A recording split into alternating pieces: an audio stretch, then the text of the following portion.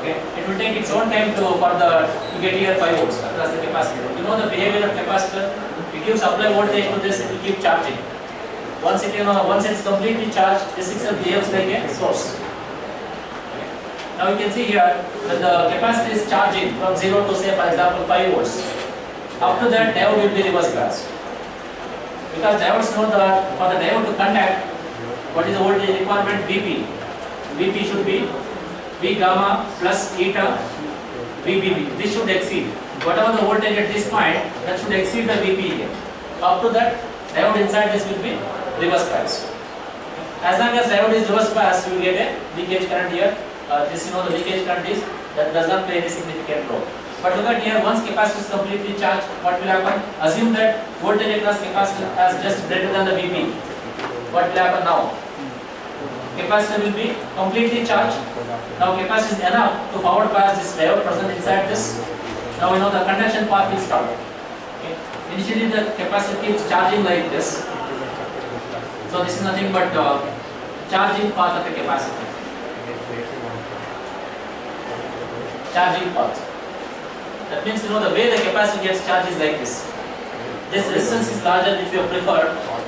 Okay, capacitor C is there. Okay, so it will take its own time to charge. That is what's shown here. Are you seeing this curves here? Capacitor is charging. How long it can charge? Up to Vp. But beyond Vp, what will happen? Okay, once the voltage across inside this exceeds Vp, diode inside this becomes power bias. Now slowly this will act like a source and capacitor starts discharging. So capacitor discharges like this once diode starts conducting. So this is the discharge path of capacitor. Discharge path of capacitor. How long the capacitor can discharge? Capacitor can discharge again. Voltage across this again reaches Vv. You can see the value voltage here. It can discharge. But once voltage here is capacitor keeps discharging, this loses a charge. Once this loses a charge here, again you can see that diode present inside this will be reverse biased. Once diode is reverse biased, what will happen? This will act like an open circuit. Once this open circuit, again capacitor will charge. Okay, capacitor charges and it will attain the voltage up to this point. And again, voltage across this will make this diode forward biased. Once diode is forward biased, it will act like a closed path. Current will flow. Once capacitor discharges, this loses charge.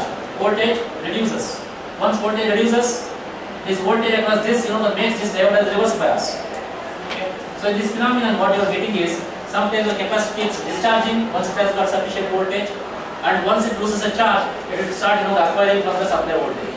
So this is charging and discharging. These are cumulative actions. Because of that, if you observe the voltage across this, charging path is to get this kind of waveform, and discharging is very slow.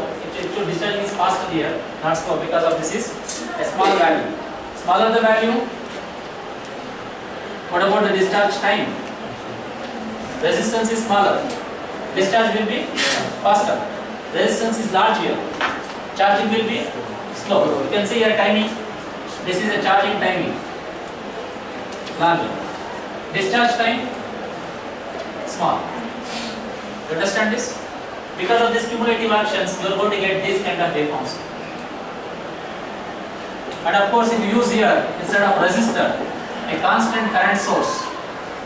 A current source which is indicated with two circles overlapping like this. Okay. Now this circuit can be called as UJT based relaxation oscillator circuit with constant current source. Let me indicate this as CCS. Constant current source. Instead of providing the charging current through the resistor, I am using a constant current source here. It will take the voltage and provide a constant current to the capacitor.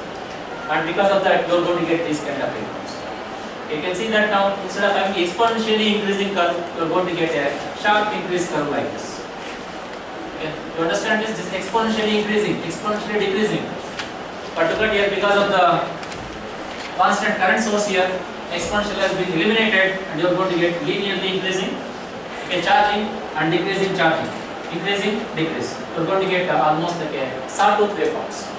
You have seen the tooth of a saw, wood which you use for cutting the wood. It resembles same shape. That's why this can be called as a sawtooth waveform. Okay. So using this constant current source of capacitor, one can generate this sawtooth waveforms.